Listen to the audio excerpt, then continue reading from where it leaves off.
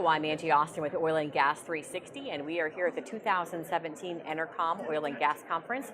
And we are joined again by Brian Schmidt, and Brian is the President and CEO with Tamarack Valley Energy. Now, over the last 4 years or thereabouts, since I've been interviewing you every year, it sounds like you have some pretty good news this year, so I'm looking forward to this. I bet you are too. Yeah, I'm really looking forward to it because probably this year we've made a real step change with the acquisition of Spur Resources, and we boosted the company size about 40% with that acquisition. So excellent. I think at this conference we can not only talk about the acquisition, but we can talk about what kind of results we're getting with that. And we're Wonderful. very pleased. Well, let's start with Spur. In 2017, as you mentioned, Tamarack acquired Spur Resources and its Viking assets. So can you give us an update as to a couple things here?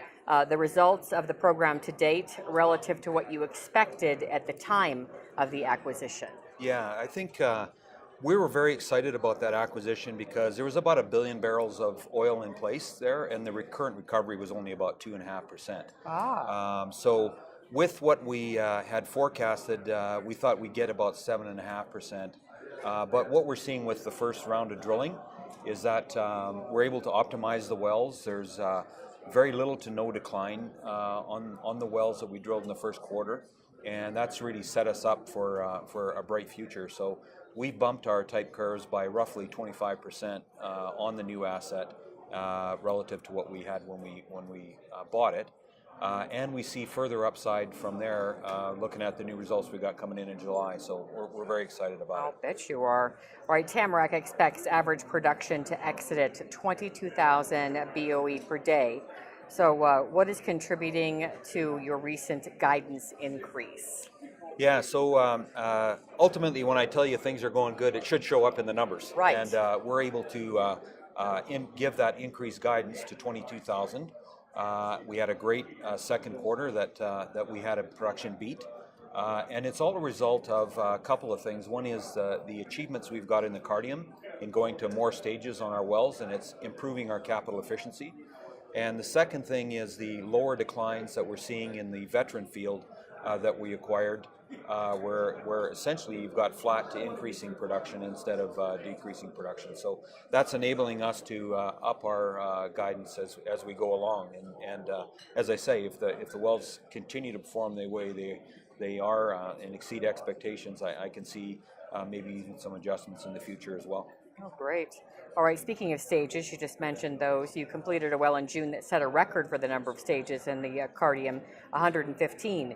So tell us about that well. What were you trying to test, and what did you learn from doing that particular completion? Certainly.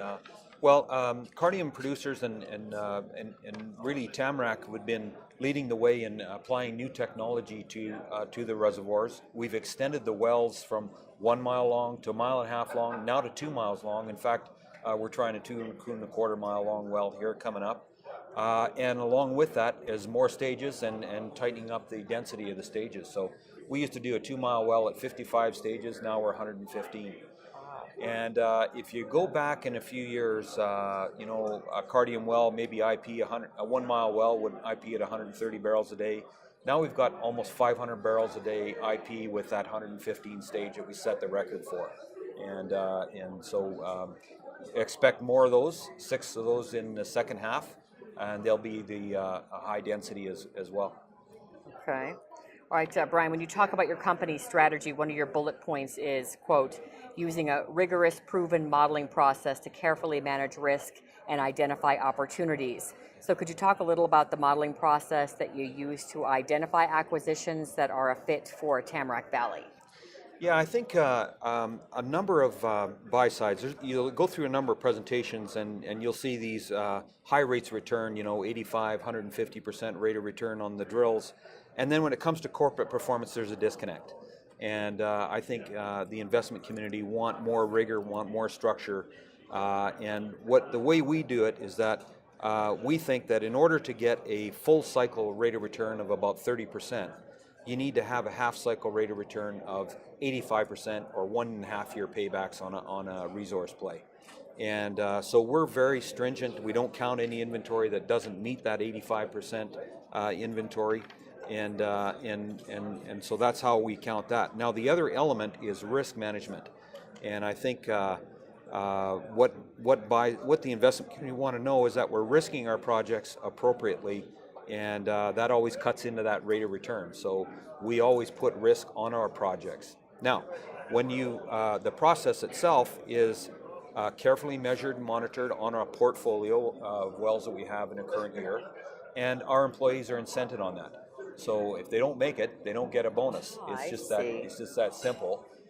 Plus, we always set the targets internally at a little higher than what we tell the market externally.